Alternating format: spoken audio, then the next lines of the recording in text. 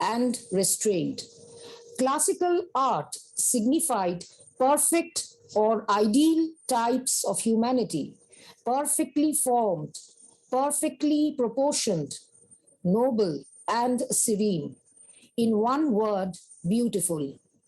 This ideal was achieved in diverse forms in time and space, and we can speak of the Renaissance ideal, Byzantine ideal, which was divine rather than human, primitive ideal, a propitiation, an expression of fear in the face of a mysterious and implacable world.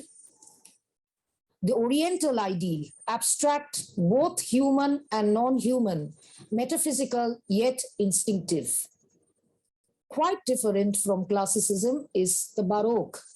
The Baroque is often thought of as a period of artistic style that used exaggerated motion and clear, easily interpreted detail to produce drama, tension, exuberance, and grandeur in sculpture, painting, architecture, literature, dance, and music. The style began around 1600 in Rome, Italy, and spread to different parts of Europe.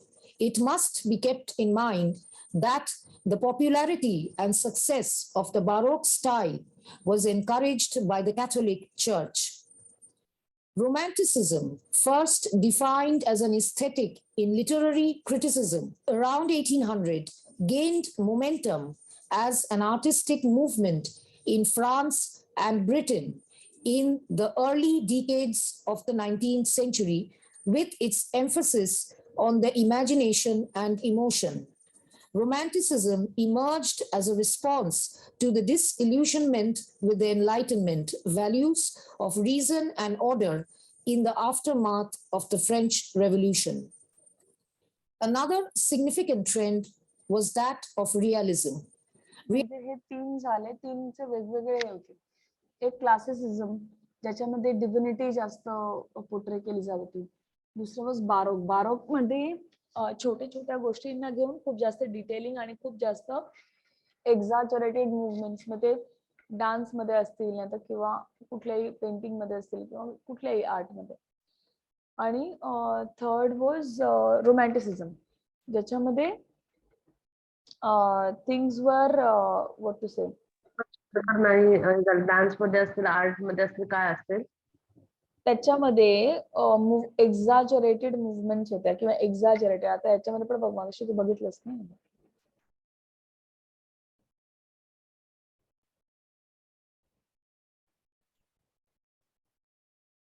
So एक्झॅजरेटेड movements कळलं. म्हणजे अगोदरच्या style पेक्षा आता तू याच्यामध्ये पण बघशील तर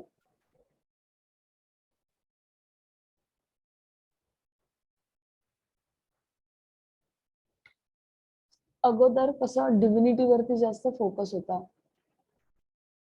सिरीन काम हे, आणि जास्त फोकस होता अगोदर डिव्हिनिटी देवत्व म्हणा किंवा आपल्या सेन्सरी याच्यापेक्षा पुढे जाऊन गोष्टी. ओके. आणि नंतर मग एक्झॅजरेटेड मुवमेंट्स म्हणा, एक्झॅजरेटेड हे म्हणा, त्याच्यामध्ये पण किती एक्झॅजरेटेड हे आहेत बघ सगळ्या मुवमेंट्स यांच्या. आणि सगळं या सगळ्याचे ऍक्च्युअली मिनिंग्स आहेत. यु नो, तू दिल चाहता है मूवी बघितलीस? हो. त्याच्यामध्ये दिसते का दाखवते, पण ती डिम्पल जी आहे ना, डिम्पल खन्ना, ती काय करते तिच्या हातामध्ये त्याचे पिक्चर्स बघून she comes to some confusion. तो असं इट ऍक्च्युअली मीन्स, म्हणजे माझा भाऊ सांगतो की एखाद्याचा घोडा दाखवला आपण, तो कुठल्या पोझिशन मध्ये आहे, काय आहे, तर त्याच्यावर जसं आता चिमाजी अप्पा, मराठी आपलं मराठी म्हणतोय आपलं चिमाजी अप्पा स्टॅच्यू,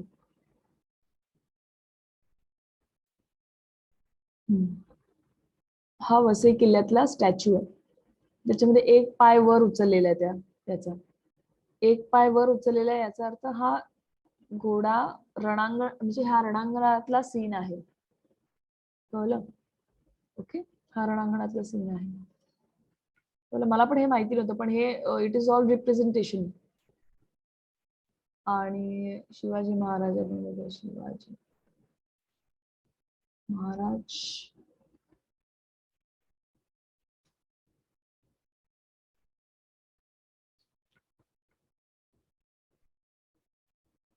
याचं पण मिनिंग सेमच आहे.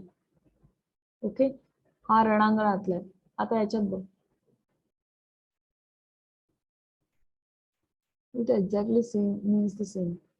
पाय उचललेला जो घोडा आहे ना, दॅट इज रणांगणातला घोडा.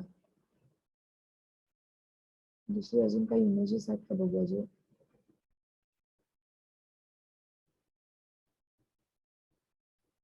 हा जो आता लेफ्ट साइड राईट साइडला आता जो पिक्चर आहे शिवाजी महाराजांचा जो आता होता, त्याचा पाय उचललेला जो घोडा आहे तो रणांगणातला घोडा. आता हा तोच हा घोडा. हा रणांगणातला घोडा नाही ना, ते नॉर्मल आय थिंक फेरफटका मारतानाचा असतो ना. पाय उचललेला आहे ना, रिप्रेझेंटेशन. पाय उचललेला घोडा म्हणजे रणांगण. त्याच्यात कुठे काही दिलेले आहे का त्याच्यामध्ये?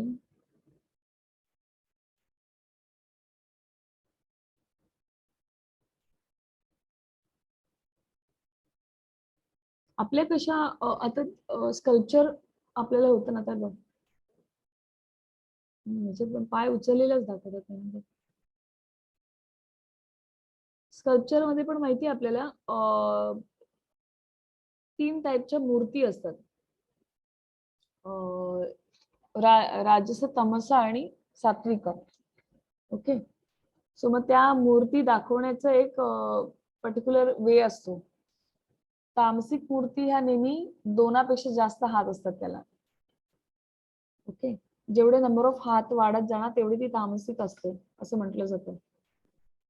ओके, सो हे रिप्रेझेंटेशन आहे या सगळ्याचं बेसिकली.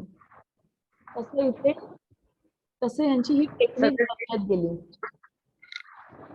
हॅलो, तशी म्हटलं यांची टेक्निक बदलत गेली नंतर.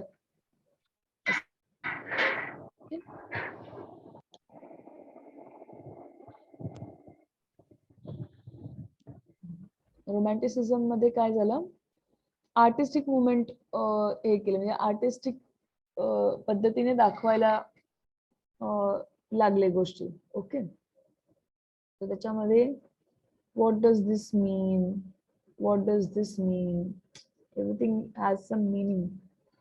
ओके, आणि शॉर्ट अँड स्वीट आपण बोलतो ना, आर्टिस्टिक पद्धतीने दाखवायचं असं. म्हणजे जसं आपण बोलू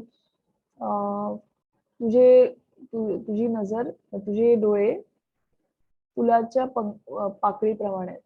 ओके, सो फुलाच्या पाकळीचा जो शेप आहे त्याप्रमाणे तुझे डोळे. सो हे असं हे करणं म्हणजे आर्टिस्टिक आहे ना, सो तीच शैली पेंटिंग मध्ये दिसते. Literary criticism around a that is intrinsic to his or the human and tangible elements. It negates realism or naturalism. सो त्याच्या व्यतिरिक्त रिअलिझम एक किंवा नॅचरलिझम अजून एक style in the arts is the attempt to represent the subject matter truthfully. It negates artificiality and avoids artistic conventions, implausible, exotic, and supernatural elements.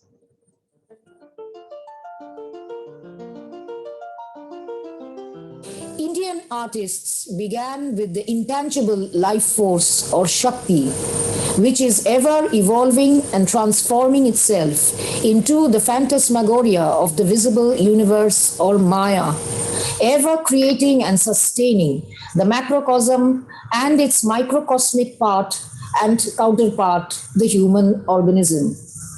Indian aesthetics creates forms, and such forms are suggested to the Indian artist by a dynamic philosophy that is intrinsic to his religious and philosophical tradition.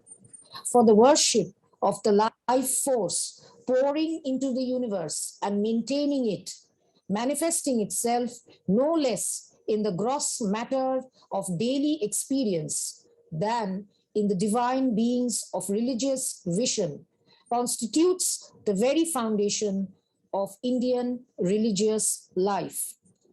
The ancient Indian texts provide much information on aesthetics and the sense of beauty pervading the universe.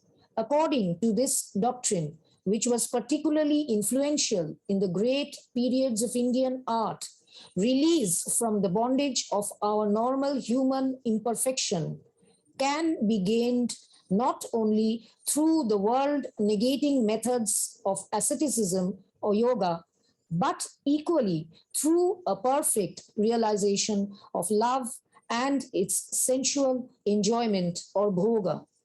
According to this view, which has been eloquently expressed in the so called tantric symbols and rituals of both the Hindu and the Buddhist traditions, there is intrinsically no antagonism between yoga and bhoga.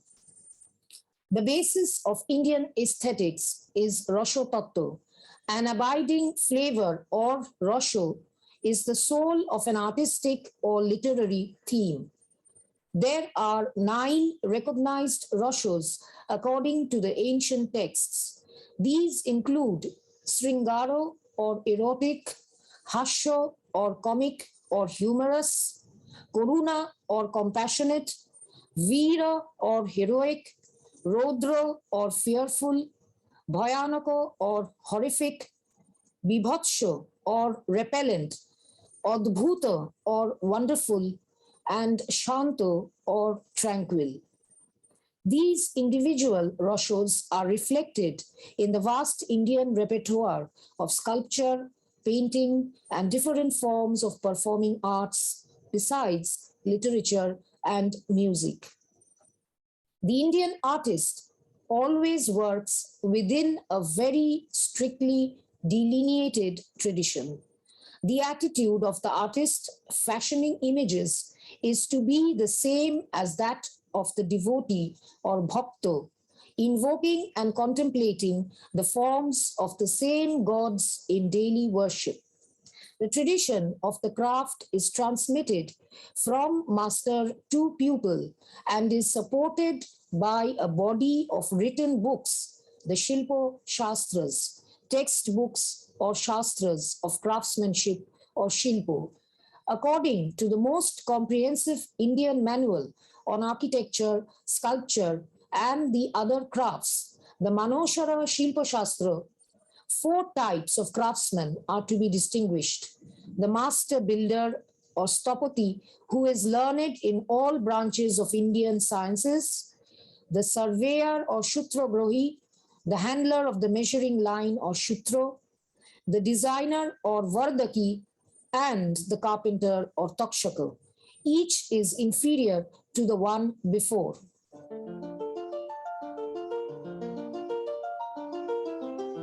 The Indian statue must conform strictly to the correct vision of the divinity as rendered in the Orthodox tradition. The projection of the divine life force from within the initiate to the figure facilitates the subsequent act of projecting a vision. And to make the latter possible, the fashioner of the image must render a faithful copy of the orthodox concept of the god. The statue otherwise would be useless for the purposes of worship. Essentially, it is a utensil, a vessel designed to receive and to hold a charge of consciousness projected from within by a meditating devotee. The form has to function technically, that is to say, in the actual crisis of a psychological transference. If in European art throughout the Middle Ages and in later Catholic art, non individualism was fundamental, so likewise in India. The orthodox sacred model was never to be employed as a vehicle for self-expression. Indian aesthetics did not get lost or entangled in details. The whole figure was treated simultaneously. Each nuance, every line voiced the one impulse of life and the subtle bliss of being. One feels a current of life in these delicate yet vigorous forms. There is movement going on without pause underneath the gently heaving surface. The simple and universal fact of the life process refreshing the organism is reflected in Indian aesthetics. Brahmanical, Buddhist, and Jain sculptures, in their perfection and glory, rested on those intimate experiences of the living organism and mysteries of the life process that derive from the inward awareness gained through yogic experiences. म्हणजे आपलं कुठलंही art असू दे, it speaks about the what to say, the union of mind, body and soul. Even Brahmanical असू दे किंवा जैन असू दे किंवा बुद्धिस्ट असू दे, कुठल्याही याच्यामध्ये त्यांना तेच बोलायचं. इवन अजंता एलोरामध्ये जर आपण जे गेलो त्याच्यामध्ये पण आपण एक कॉमन गोष्ट बघत होतो की जसं आपण बोलू खूप जास्त कल्चरल डिफरन्स असा वाटत नाही होता आपण तिन्ही मध्ये गेल्यावर. ओके, सगळ्यामध्ये आपण गेलो तर जसं आता बुद्धिस्ट केव्ह मध्ये गेलो तर बुद्धाची इमेज आहे. बुद्धाच्या इमेजच्या डोअरला दोन बोधिसत्व होते. ओके, काय त्यांची नावं, पाणी काय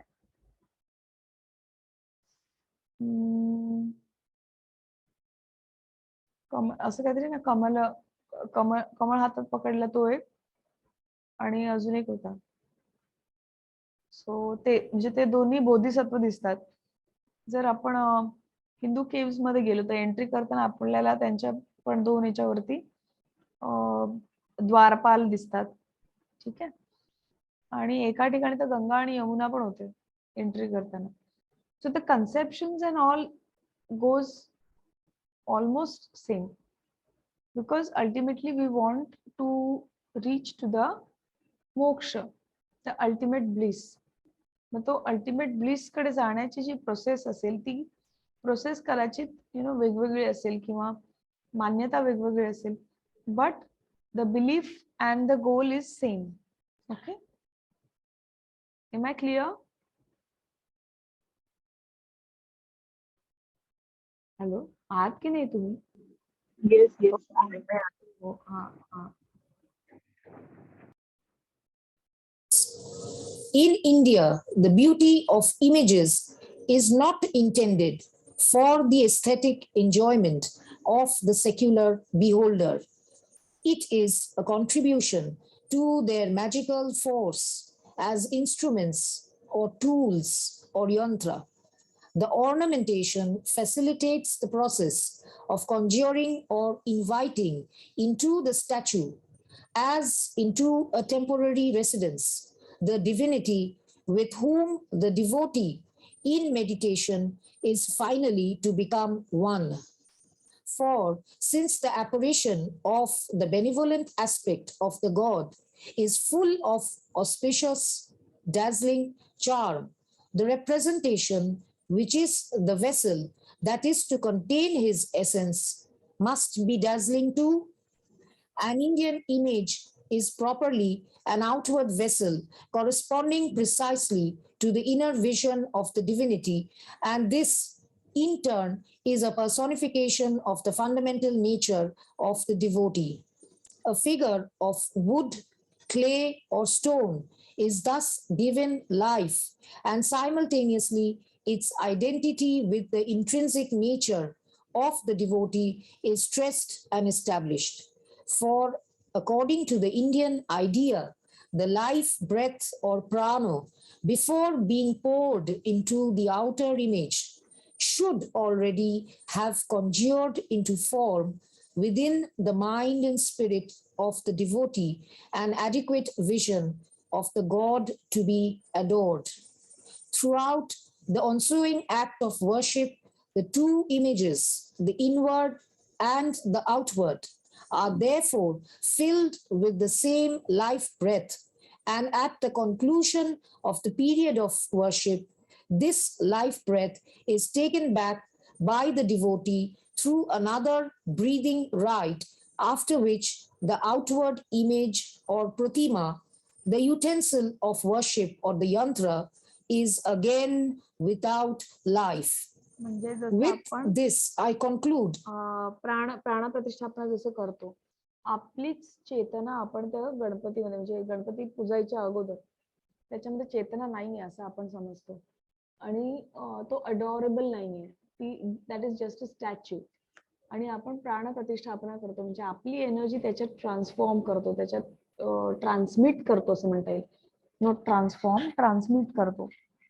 सो ती जेव्हा त्याच्यामध्ये ट्रान्समिट होते तेव्हा त्याच्यामध्ये एक चैतन्य आहे असं आपण म्हणतो. आणि जेव्हा आपण ती इवोक करतो परत रिटर्न घेतो तेव्हा उत्तर पूजा, ओके, उत्तर पूजेमध्ये आपण ती परत घेतो. मग again that Ganpati becomes a just a statue. मग त्याला नेऊन विसर्जित केलं जातं, right. today's discussion on aesthetics and its two major dimensions. Thank you. Even याच्यामध्ये पण आपल्या परफॉर्मन्स मध्ये सुद्धा आपण काय करतो, सगळ्यात पहिले मेन गेस्ट्स येतात आणि दिवा लावतात. तो दिवा कसा असायला हवा असतो, फक्त त्याच्यात 2 वाती असायला हव्या असतात. भरमशा वाती नको आहेत, ओके. भरपूरशे त्याच्यात हे आहेत म्हणून भरपूरसे लावायचे नसतात. ऍक्च्युली काय बोलू, शास्त्र असं म्हणतं की एक जी वात आहे ती टुवर्ड्स द आर्टिस्ट आणि दुसरी जी वात आहे ती exactly opposite towards the audience it should be. का तर दोघांचंही नॉलेज मध्ये वृद्धी व्हावी याचं ते सिम्बॉल असतं, ओके. म्हणून ते पेटवायचं असतो तो दिवा. Thank you for attending the lecture, and I hope to meet you in some other discussion on some other topic.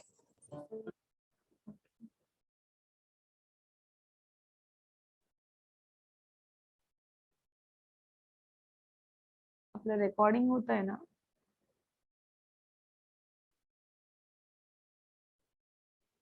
हो, चालू आहे. आणखी मग नंतर डिस्कशन आपलं कधी कधी असं मग मिस आउट होतं. आता आपला कालचा राहिलेला तो आपण कंटिन्यू करूया व्हिडिओ.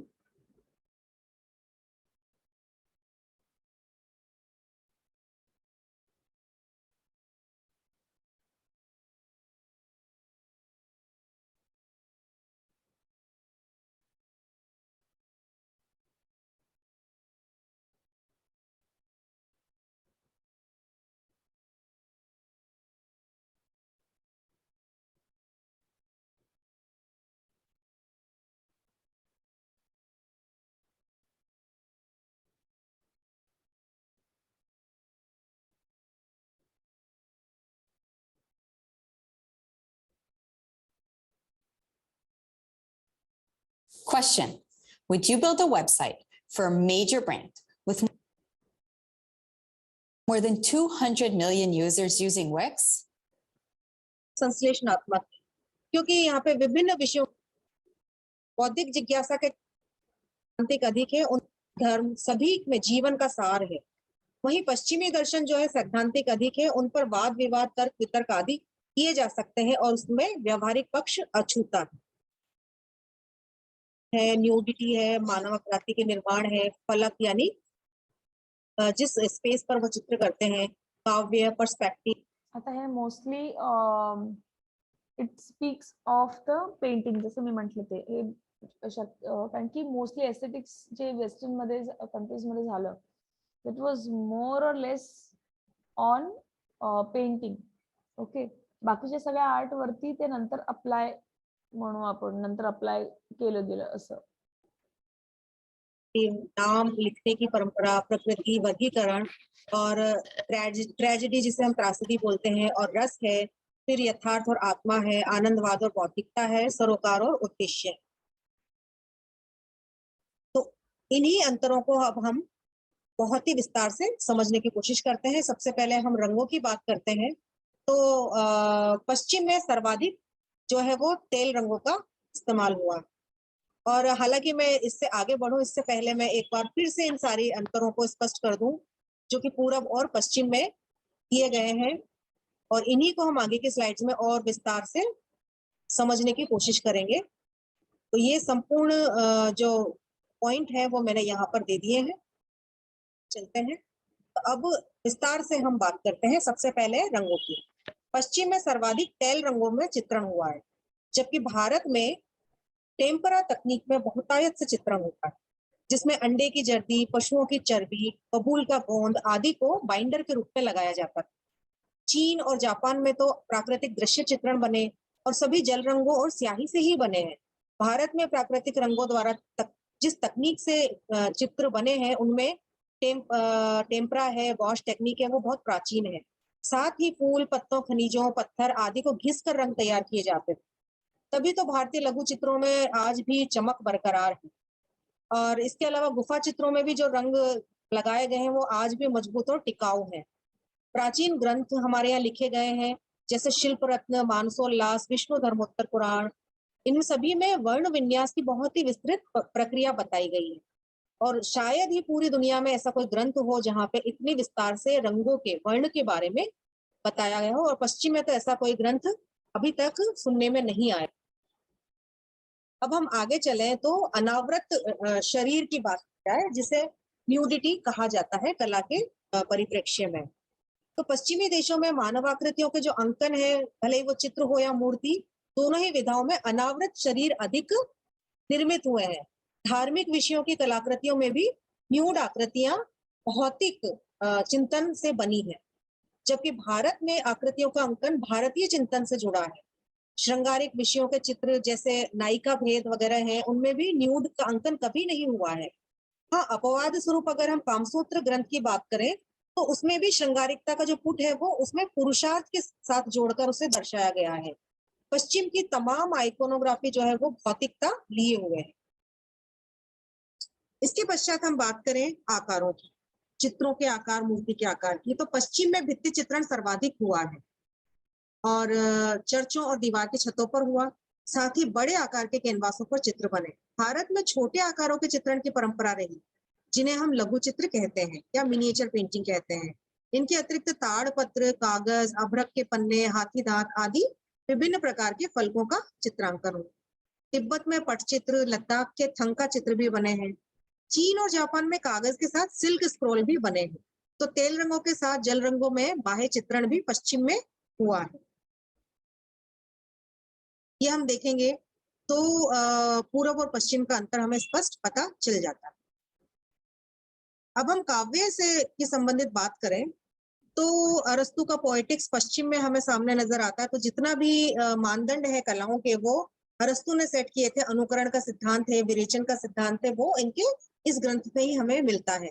और पूरब में हमारे यहाँ काव्य शास्त्र है, जिसे सौंदर्य शास्त्र के बहुत ही नजदीक माना गया है।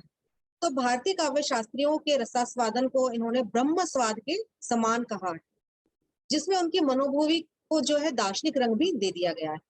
और पाश्चात्य काव्य शास्त्रियों ने काव्य कला के विवेचन में एक ही मानदंड रखा है, जो कि अनुकरण है, और सभी ललित कलाओं पर भी उन्होंने यही मानदंड अपनाए हैं। भारत में जो विवेचन का मानदंड है वो कुछ और है। हमारे यहाँ मानव मन की मूल प्रवृत्तियों और उनके भावों पर काव्य का किस प्रकार प्रभाव पड़ता है, या किस प्रकार मानव मन अलौकिक आनंद की अनुभूति करता है, इसके आधार पर काव्य स्वाद का विश्लेषण किया जाता है। और हमारे यहाँ एक प्रतिभा नामक शब्द का प्रयोग सृजन के लिए किया जाता है। तो दो प्रकार की प्रतिभाएं मानी गई, कार्यत्री और भावित्री प्रतिभा। तो इन्हीं के आधार पर हमारे सृजन का मूल माना गया। अब हम आगे चलते हैं तो पर्सपेक्टिव की बात करें। पश्चिमी पर्सपेक्टिव जो है बहुत ही उच्च कोटि का है। भारतीय कला की सबसे प्रमुख विशेषता रेखा रही है। चित्र में जितनी भी दूरदृश्य लघुता दिखलाई वो रेखाओं के द्वारा ही दिखलाई गई है। गहरी, मोटी, बारीक रेखाओं द्वारा समस्त प्रभाव उत्पन्न किया गया। पश्चिम में जो है परिप्रेक्ष्य का पूरा ध्यान रखा जाता है, अग्रभूमि पृष्ठभूमि का विभाजन, पास और दूरी का आभास आदि करवाया जाता है। अजंता के चित्रों में रेखाओं के उतार चढ़ाव द्वारा ही पूरा शारीरिक गठन साकार किया गया। पश्चिम में कलर पर्सपेक्टिव भी रहा और हमारे यहाँ रेखीय पर्सपेक्टिव रहा। अब हम प्रकृति की बात करें तो भारतीय परंपरा में मनुष्य को पृथ्वी और प्रकृति के अधीन माना गया और अपनी स्वचेतना के आधार पर ही प्राकृतिक जगत में चर अचर सत्ताओं के प्रति अपना दायित्व भी इंसान संपन्न करता है। भारतीय साहित्यों व कला में जितना भी प्राकृतिक परिवेश है वो पवित्र है और जीवंत प्राणवत्ता से स्पंदित है। पश्चिम में प्रकृति के उपभोग पर बल दिया जाता है, जबकि भारतीय काव्य और कला में उसकी आंतरिक पवित्रता मौजूद। जिन संस्कृतियों में मनुष्य और प्रकृति दो विरोधी सत्ताएं नहीं है, वहां पर काव्य और दर्शन भी विभाजित नहीं होता। वेद काल के जो मनुष्य हैं, उन्होंने हमेशा वनस्पति, पर्वत, सागर, वायु, सूर्य सभी में एक दिव्यता की झलक देखी। सूरज को मात्र एक आग का गोला ही नहीं कहा, बल्कि समस्त संसार का मंगल करने वाली एक दिव्य शक्ति के रूप में देखा। इस प्रकार प्रकृति के समस्त वस्तुओं को दिव्य मानकर स्वयं को समर्पित कर दिया। इसी से उसे आनंद की अनुभूति हुई। भारतीय ग्रंथों में प्रकृति का सौंदर्य भी मुखर हुआ है।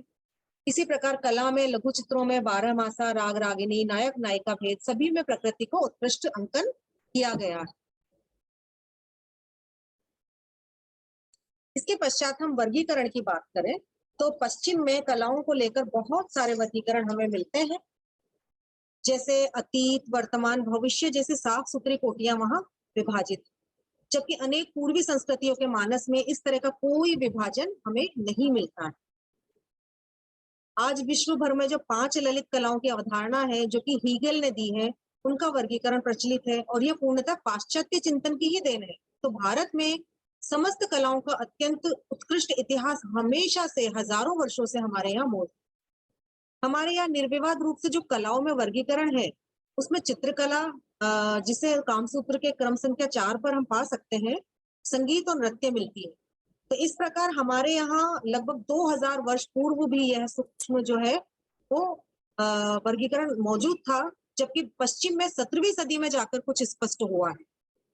पश्चिम में कला की परिभाषा जो सुकरात, प्लेटो, अरस्तु आदि से प्रारंभ होती है, वही कला को विज्ञान से अलग करती है और साथ ही प्रकृति से भी अलग कर देती है। हमारे यहाँ अनुकरण को कला की परिभाषा से कभी नहीं जोड़ा गया है। इसलिए वात्स्यायन के टीकाकारों ने कभी भी नाटक को कला नहीं माना, इसे एक शास्त्र माना। तो आज उपयोगी और ललित कलाओं का जो विभाजन हमें देखने को मिलता है, वो 18वीं सदी में तक जाकर भी क्लियर नहीं होता कि कौन सी उपयोगी कलाएं हैं और कौन सी ललित कलाएं हैं। तो स्पष्ट है कि कलाओं के जितने वर्गीकरण पश्चिम में हुए, कलाओं की परिभाषा और समीक्षा के प्रयत्न जितने पश्चिम में हुए, भारत में अब तक नहीं हो पाए। और नए नए शब्द जैसे परफॉर्मिंग आर्ट्स, इस तरह के नाम तो पिछले दिनों और उभर के आते हैं।